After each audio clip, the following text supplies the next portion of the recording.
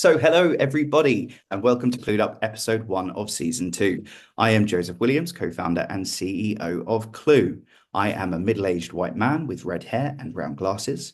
I am sat in the glorious sunshine in our home office in a grey Clu-branded jumper. For those who don't know, Clu is a social enterprise building ethical AI for people and talent processes. So whether you are hiring, optimizing, or restructuring teams, our AI talent GPS embeds seamlessly into your processes, mapping skills, automating role design, and ensuring every decision you make meets business objectives. Today, we'll be focusing on how skills-based hiring can scale social mobility. This topic couldn't be more timely, given the political environment around EDI and the potential introduction of social mobility as a protected characteristic under proposed changes to the Equality Act. You'd have to have been living under a rock to have missed how EDI efforts are facing polarizing scrutiny at the moment.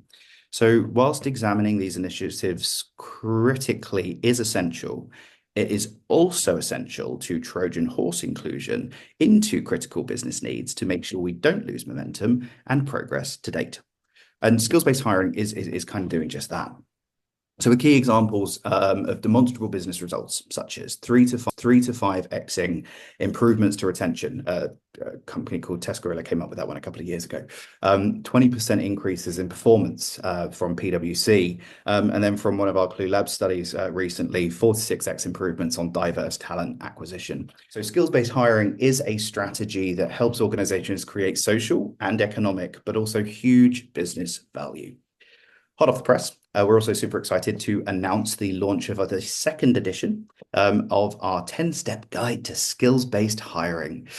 You will find a link to that being posted in the comments throughout the conversation today. Now, I'm thrilled to introduce our incredible panelists joining us for this conversation. We have Paul Modley, Claire Cacavone, and Chloe Gillard. We'll begin by having each of you introduce yourselves, and please include a visual description for our listening audience as well. Claire, coming to you first. Hi. Hi, thank you, Joseph. Wonderful to be here. So I'm Claire. I work at Making the Leap. I'm a mixed heritage female with very short, dark curly hair, and I'm wearing a blue shirt dress. I'm actually in London, where it's quite sunny at the moment, although cold.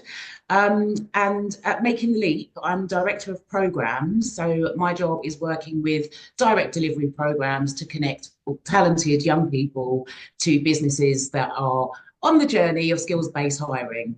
My background is I've worked with an autism charity on very similar work, and my first foray into kind of the social justice space was working in further education, which was always seen as, I'm not sure I like the analogy, but the Cinderella of education, where young people that weren't able to stay on at school to get A levels went off to get technical and vocational qualifications to begin their career. So I've kind of been in this space, education and employment, for about 25 years. And I'm really excited to be partnering with Clu. Thank you so much. Thank you for the plug. Paul, coming over to you. Thanks, Joseph. Good afternoon, everybody. Yes, my name is Paul Modley. Joseph set the benchmark around being middle-aged, which I disagree with, Joseph. I would say I'm in my third quarter. I'm a white man, bald hair. I'm sitting here in an office in London. I'm wearing a apparently on-brand colour at the moment for this season, which is, I would say, burgundy, with a shirt underneath. And I work for a company called AMS. We are a global recruitment outsourcing consulting business of around about 8,000 people globally. I am responsible for our diversity, equity, inclusion and belonging strategy globally for the business.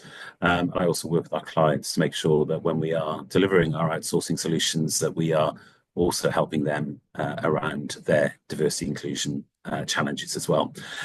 I've worked in the talent acquisition industry for quite some time, working in sort of search, in-house roles, and for the last 11 years working for AMS. And social mobility is a personal passion project for a number of reasons, but also a big strategy for us here at AMS. So hoping that I can share some of my insight there. Beautiful. Thank you so much, Paul. And Chloe, hi, welcome. Hi. Hello, everyone. It's a pleasure to spend some time with you all this afternoon or this morning or evening, depending on where you are in the world. My name is Chloe Gillard. I am a white female in my 30s. I don't know where that puts me on the age spectrum of things. I have dark brown hair and I have blue eyes, which I'm not quite sure you'll be able to see on here. I'm also wearing a black shirt with very puffy sleeves, so it makes me kind of look like Cousin It from the Addams Family whenever I sit with my arms up.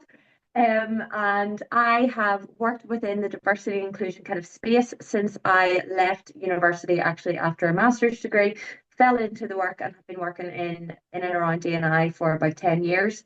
Most recently at version one, which I oversaw all of the diversity, inclusion and belonging work that we've done on a global capacity. So it's a pleasure to be here. Social mobility is something that has been around for a long time, but most people have no idea what we are talking about, what it means to them, and how it intersects with almost everything that we do around diversity, equity, and inclusion. So I'm really delighted to be here to share some thoughts on that. Beautiful. Thank you, Chloe. I'm sure intersectionality will come up a multitude of times Always. today. Yes, very good. So if we're sitting comfortably, then let's begin. So skills-based hiring has been gaining traction, which is great for us considering about 5 years ago where we were doing a lot of research and trying to convince people that hiring for skills was a more sensible thing to do. And we were being called mad scientists and that we would never see the shift to skills from experience. Haha, well, we told you wrong. And so it's great to see that skills-based hiring is gaining traction, but it often is seen as either just a charitable kind of initiative rather than a business necessity. I'd like to hear first off your thoughts on how this approach is actually reducing barriers for candidates from disadvantaged backgrounds, as well as kind of not needing to compromise on those business outcomes that we do want from kind of traditional hiring. Coming to the Cinderella of education first, on that one, Claire, could you share some of the examples that you've been seeing of this and how it's been playing out in your work so far? Yeah, sure. I think so. Lots of the young people we work with are aged 18 to 25 and are also in sixth form. And so we're looking at young people that may have been on free school meals. Where they started out in life shouldn't dictate where they end up. So they may have ambitions and aspirations, but actually external factors that they've been born into mean that they may not achieve as well as their peers. So firstly, the academic barriers. If you're regardless of your needs, if you've got any kind of additional needs or barriers to accessing education, your potential is not going to necessarily be met. And that may then play out in your exam results. So, for example, I left school at 16 with just 2 GCSEs. And it's taken a long time for me to kind of navigate the world of work and end up sitting here with you wonderful people. And so a lot of the young people we work with, they either have those entry requirements at GCSE or A level or degree level where they feel actually I haven't achieved as well as my peers, therefore I will self-select or self-elect out of promoting myself for this opportunity. Whereas actually the level of resilience and the skill set exists kind of equally. So going for a job and demonstrating your skills will actually really level the playing field because employers need to be really clear on what it is they want for the particular people, the particular roles they're hiring to. And so rather than going through a social kind of gymnastics of an interview, actually, if you can be put into a position where you're able to demonstrate the skills that are required for the job, then straight away, that's equity. So that's one of the big factors that I've talked about for a long time, having worked in education. So, adjusting academic criteria, I think, is critical. And it's timely because at the moment, the apprenticeships, we're talking about foundation apprenticeships as part of the new growth and skills levy. And they're actually talking about removing the requirements for English and maths.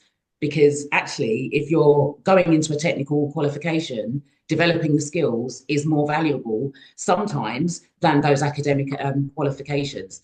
So I'm going to leave it there and let somebody else step in because I could go on about this for ages. Maybe over to Paul, I don't know. Yeah, I just love the normalizing that learning doesn't only happen in certain places. Right. Isn't that a wild thing to finally start realizing in the 21st century? Paul, as well as setting up the Amazing Mm. Sociability Forum at AMS, you've also been seeing really great results from your recruit, train, deploy model Yeah. at AMS. Do you want to share a little bit about how you're ensuring a social mobility lens through that work and the kind of successes that you're seeing? Yeah, absolutely. Before I do that, I just kind of want to highlight that there's so many stats in this kind of world. And I picked up a couple of stats. I was at LinkedIn yesterday and they were sharing some stats which kind of blow my mind. You know, LinkedIn have got so many stats, but one of the stats they shared was that by 2030, the skills we'll all need to do our roles will be 65% different to what they are right now. Just think about that. That's only 5 years away. So what we're doing is going to be 65% different to, the skills we need. So that's one thing that kind of just is driving this. And obviously, there's three massive things converging, which is driving that skills agenda. The fact that we've got an aging workforce, the fact that globally birth rates are dropping, and we've got a massive skills shortage. So it's really driving this exciting agenda. So we've done a lot. And Joseph, you've seen some of the reporting that we've done, some of the insights we've done. But one of the areas that we are really seeing traction is in our recruit, train, deploy business. And really that's all about supporting our clients where they're not able to hire through traditional routes. They haven't got the skills internally and they just can't hire externally because, that could be a tech skill. It could be a specific business skill. Increasingly, it's really broadening out. We're already also seeing some of our financial services clients talking to us about how can we develop wealth management skills for people who've got no experience there. So it's really broadening out across different sectors, and it's a really successful model. A number of organizations have been doing this for some years. We came into this market about 2 years ago, and we are currently working with a number of clients across public sector, financial services in particular, to run hiring programs for them that's really underpinned by social mobility. So because we're looking at a kind of, we're looking for people who have got the aptitude, and we're not looking for that previous experience. So we can kind of take away those traditional barriers, which enable us to tap into a market or an area that client has never been before. So for a number of our clients, we've been able to demonstrate a really strong return on social mobility in terms of the people, not just young people. We're breaking down that sort of traditional barrier. We're looking at sort of people from coming straight out from school through to older workers who want to reskill, do something different. And that's the beauty, I think, of this skills-based agenda. It really does open the pipe as wide as possible. Mm-hmm. It's one of the problem statements that we're seeing a lot with clients. You mentioned both the skills gap, the skills shortage there, but also the pressing need to start establishing what we can academize versus what we have to desperately try and seek, because desperately trying to seek all skills now is just going to become increasingly more expensive as certain types of skills are becoming less trained and less studied, and others are just becoming entirely not taught whatsoever. We're seeing this massively in the manufacturing sector, for example. Yeah. I think it kind of highlights just how transformative skills-based hiring can be, both for individuals and also for businesses. I think, talent sustainability is something that we'll hear more and more and more about over the coming years. So I'd like to jump into exploring skills-based hiring's role in meeting broader social value goals. I know I do recognize the irony in saying skills-based hiring isn't just about charity, but it can be a really great vehicle for social good. So we're going to spend a bit of time on this anyway. It would be great to dive into this in a little bit more detail. So we know that social value is becoming increasingly central to government tenders, bid writing generally, and corporate ESG strategies. So it'd be great to kind of spend a little bit of time on this one. Chloe, coming over to you first on this one. You've mentioned that the UK social value model and targeted apprenticeships in high unemployment postcodes, etc., could be a real tangible difference. Have there been any examples of projects like this that you've seen that have made really great impact, whilst also obviously contributing to those business goals?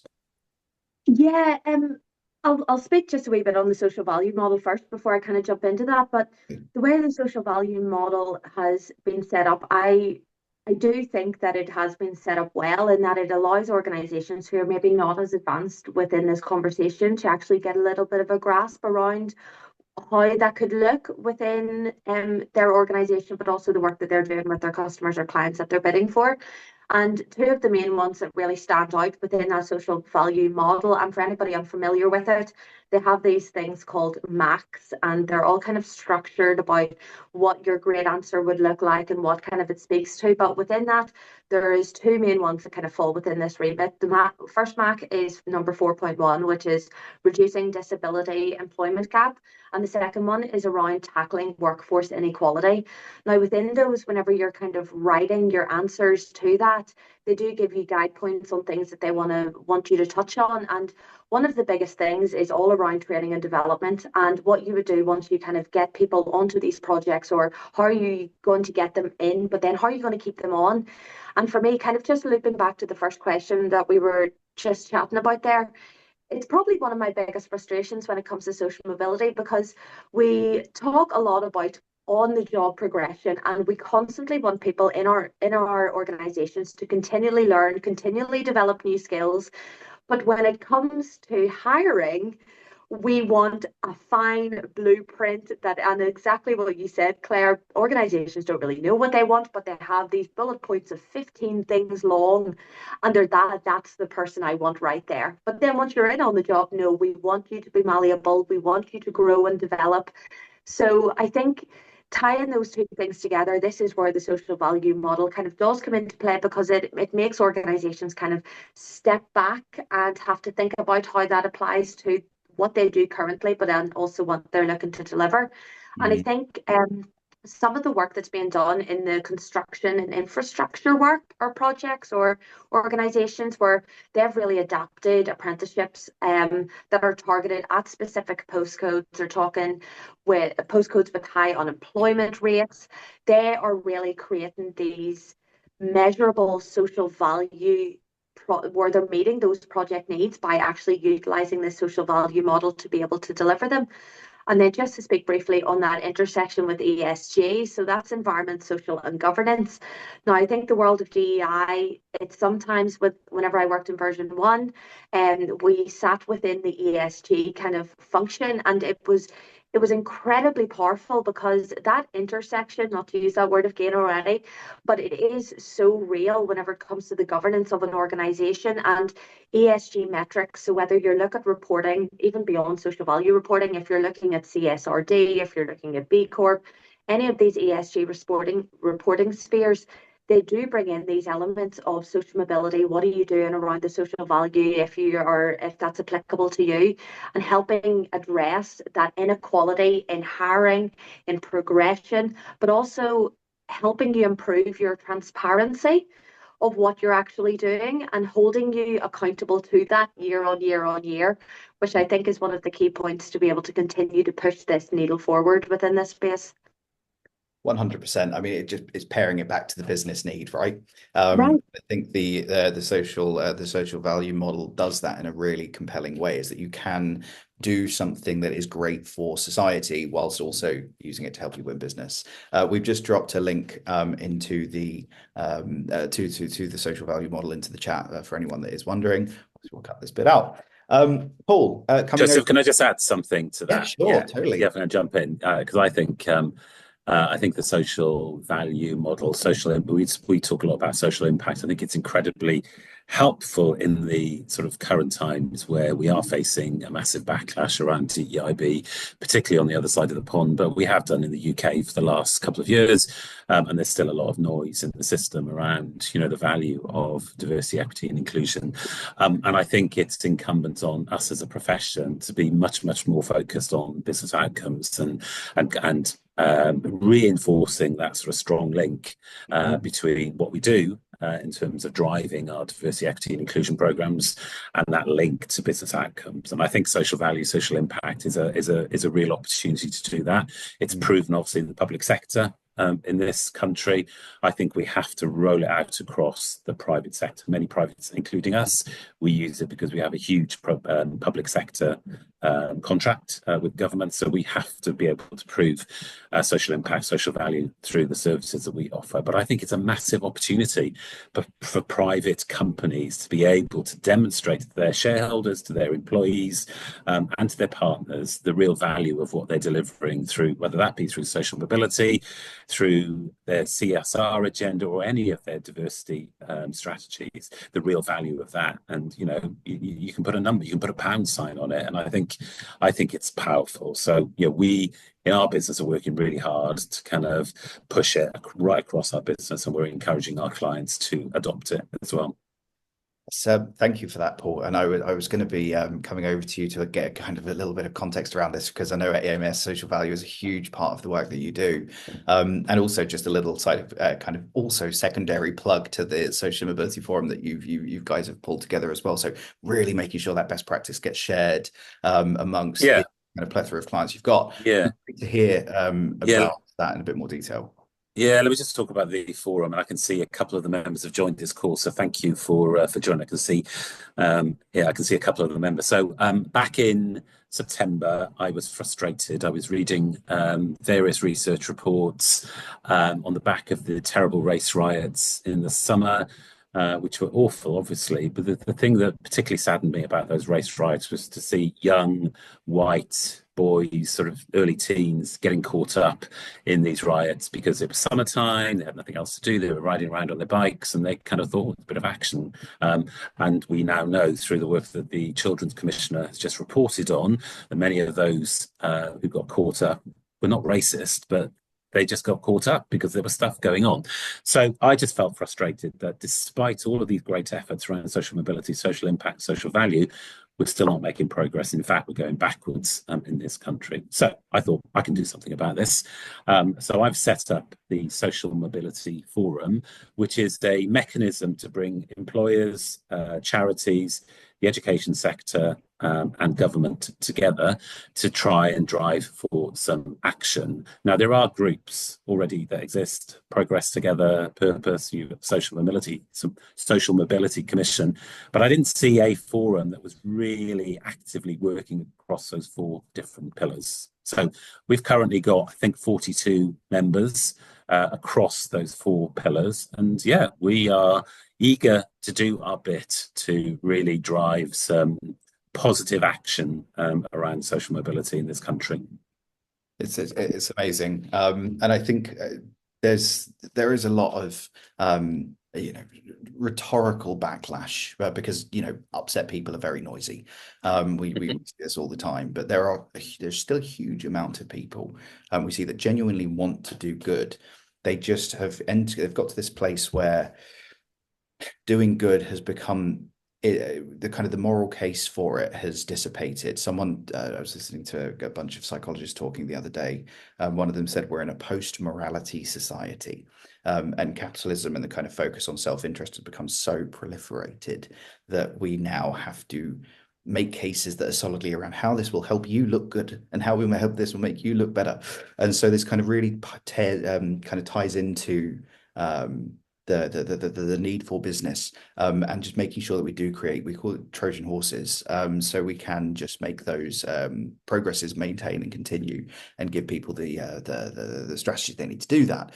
On that point, so I know we've kind of covered off now, social value, skills-based hiring. This is clearly a business win-win. But sometimes scaling these programs, getting that leadership adoption can be really challenging. So it'd be great to spend a little bit of time talking about embedding social mobility interventions and initiatives sustainably as well as effectively. So tapping into those business elements. We've seen organizations launch really good social mobility initiatives, but they're just not gaining that long-term traction, or it gets put in this is a nice to do bracket. Claire, coming to you first, what are some of the approaches that you've seen to these programs, both internally and externally, that are working? So I think I'd like to talk about the co-op group and the work they've been doing. So as part of the work that we do at Making Leap, apart from the direct delivery, we have our leadership strand, which is under the umbrella of the UK Social Mobility Awards. And that's been running since 2017, and it's a year-long programme of events. So the awards open in April, 28th of April this year, for anybody that wants to enter. We have around 12 to 14 categories each year. And out of the hundreds of eligible nominations, our research team go through all of the data that's been submitted and work with the organisations to understand what the key themes are.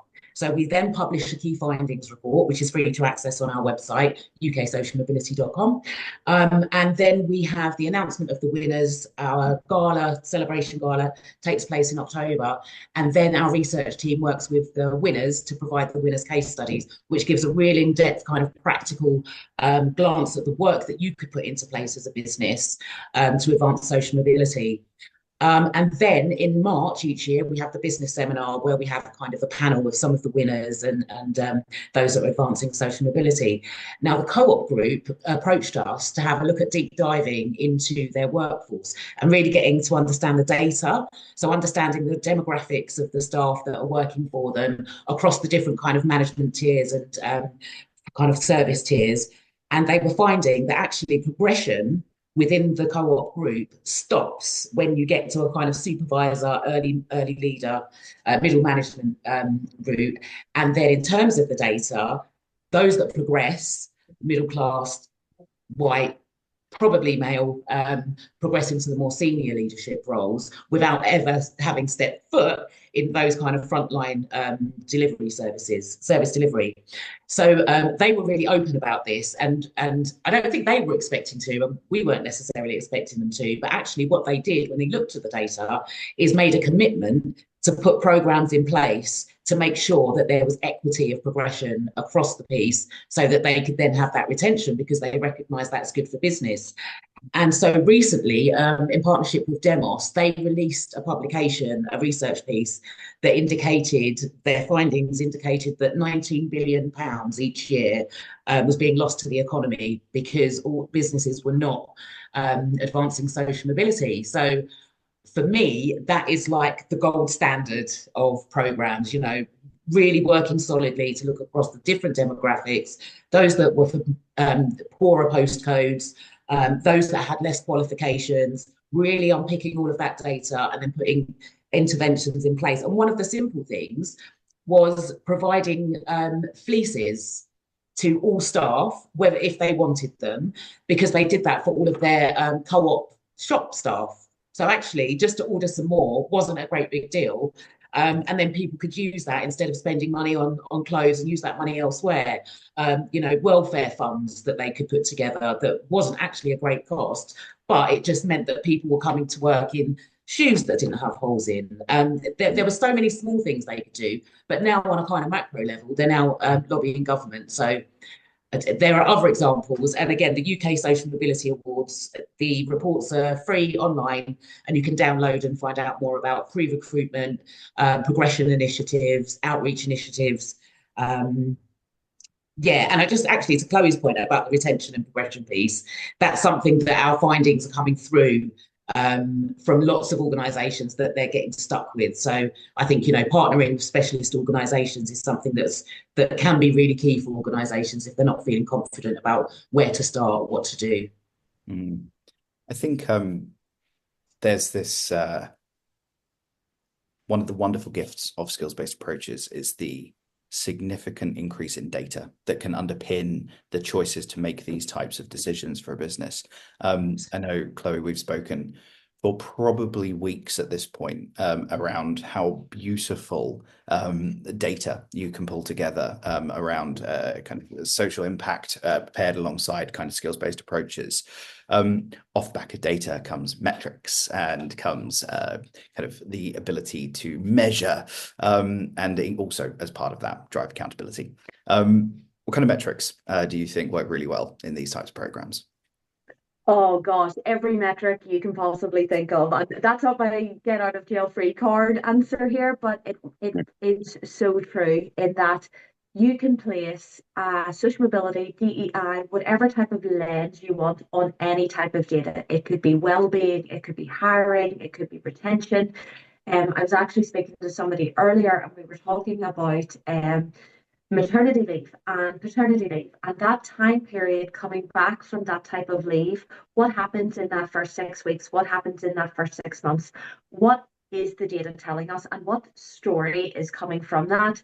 And that's, I think, the part that we haven't really got right as organizations yet, is the storytelling piece that this data is actually creating.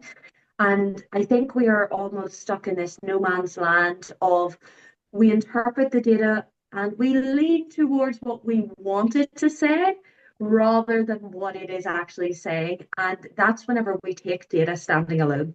It has to be placed up with different lenses upon it. It has to be looked at by different areas across a business, all sharing to feed into this story. And I think that's where the metrics can be really powerful. One of my biggest bugbears is whenever organizations set hiring targets. Hiring targets are great if you just want people in the door. What are we then setting around retention targets, progression targets? What are we setting off the back of that as well? So I think metrics are great and they are so powerful, but what is the story that we are utilizing, or how we are utilizing those metrics to be able to tell? And if you don't have any metrics in place, or you've never started to really look at the data, start small. There is so much out there. Take something small, have a look at it, see what it's saying, let other people look at it, obviously GDPR compliant and all that nice good stuff, but start small, let it grow organically, get different viewpoints, that variety of perspective weighing in on that is so powerful. And ultimately, just to kind of take a bit of that a bit further, is that metrics are brilliant, but also make sure you're listening to your people. The power of people's narrative, their lived experience, what they are saying, really truly listen to that. That can help you paint the best picture for what the data is telling as well. One of the things that in both of my previous organizations that we have really, it's been so powerful, is that we launched a mechanism where people could share their lived experience. It was 45 minutes, open to everybody across the entire organization globally. And you had no parameters other than you can just share your lived experience, whatever that might be. So we have had people talking about their menopause journey. We have people talking about coming back after a 10-year career break, people talking about mental health, their disability, how that looks in the workplace. And it has been really, really powerful. So being able to use the power of those human narratives and that difference in lived experience tied in with your metrics, that's when you're going to be able to start to paint that bigger picture of where you need to be going and what you're doing right. I love that. I think there's this wonderful kind of refocusing period that we seem to be in, particularly around inclusion and culture as a kind of a think and a school of thought, with the cognitive piece finally kind of getting the airtime it needs on performance, but then the demographic and the way that different people contribute to different things, bringing that real value and rich fabric to organizations. And I think that kind of leads us really nicely onto our kind of final kind of set of questions, just looking at that, the impact that all of these programs, all of this work and all this focus on building a better nucleus inside our organizations has on employee engagement and advocacy. Paul, coming to you first on that. Yeah, I think this makes a massive difference. And certainly for us, if we look at just purely from a social mobility lens, the fact that this is a strategic imperative for our business, we can prove that it's not just something we talk about. So, for example, on the Social Mobility Foundation Employers Index, we moved from 39th place the year before last to 12th place last year. So we're doing something right. And our ability to be able to talk about that and be proud of that with our colleagues is really, really helpful. So it really drives. And I think, know, it's well known that the younger generations, you know, that purpose of the organization is super important to them when they're looking at options. Yes, the opportunity, salary, and all of that, but purpose. You know, what is the firm doing around diversity, equity, inclusion? What's its CSR agenda? What's its kind of all of that is really, really important. So we use that a lot. We use that a lot to kind of drive the employee engagement across our business. So we track both employee engagement and that sense of belonging. And over the last 12 months, we've seen both of those indicators increase. And it's not just about social mobility, but it's about everything that we are doing. And the other thing that this helps us do is to secure new clients. So, you know, we do this because it's really important to us as a business, it's really important for our people, and it's the right thing to do. But if we're showing leadership in this space, we are able to use that to further develop the relationships, and we're doing that actively right now. It's really helping us with a couple of big global bids that we're working on right now, because we know that the clients that we're pitching to, we know that social mobility is incredibly important to them. So it's helpful from an employee engagement, employer brand perspective, but it's also helpful from a bid sales collateral indicator as well. 100%. And inevitably in the not too distant future from a legal perspective as well. It's just people already have these checks and balances and be able to prove that you've got these checks and balances in place so that you don't have all the employment lawyers knocking on your door in 6 months' time saying, well, where are you up to on this? Enter the employment rights bill as well. We obviously, as Claire mentioned earlier on, are really proud to work with Making the Leap and kind of make the technology that we build available to support the young people going through their programs. This internal kind of letting the world know that you're doing great things is so important, both from the ability to attract talent, attract clients, but as well as just doing some really great things. Claire, UK Social Mobility Awards is one of the ways in which employers can really boost their credibility and clout in this space. What are some other ways employers could work with the likes of yourself to really celebrate and publicise the work that they're doing in this space? 100%. I think I've already plugged the UK Social Mobility Awards. The entries open on the 28th of April. Sue Perkins is going to be our host again this year. I don't know if I'm allowed to say that, so you know, Chatham House rules. So yeah, there's the work that we do around leadership and the National UK Social Mobility Awards. But I would like to go back to the employee engagement piece that's been mentioned, because the young people, we've been going for 30 years. We've got young people that are 15, 20 years in their career, and they still call us and say, just got a promotion, I'm having my third child. You know, a few years ago, I just got a mortgage. I can't believe it. I've bought a house. And it's all testament to the retention and progression of the employers that they're working with. And so actually, if you're doing the right thing by your employees, then they are going to raise awareness of your brand in a really positive way. And some of the employer partners that we work with, you know, we'll work with them on work experience or internship programs where we will support with money for clothes, money for travel. The employers will, you know, put a lunch on or something. And actually they end up spotting talent through very skills-based activities that they do during those interactions.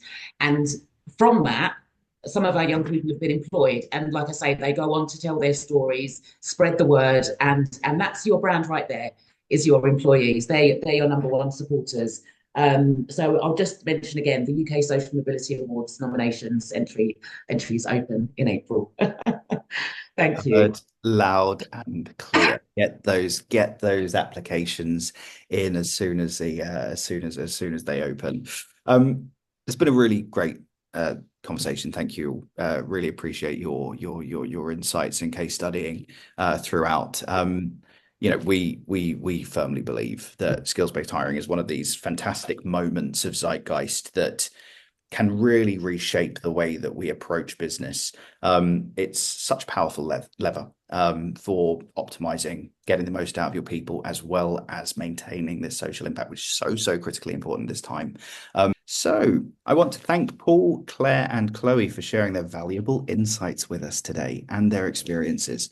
Your contributions have been inspiring and incredibly practical for those wanting to create more equitable, skills-first organizations. As a reminder, the second edition of our 10-step guide to skills-based hiring is now live. Please check out the link in the comments for more actionable insights. And if you'd like to continue the conversation or have any questions you didn't get to ask today, feel free to connect with us or the panelists on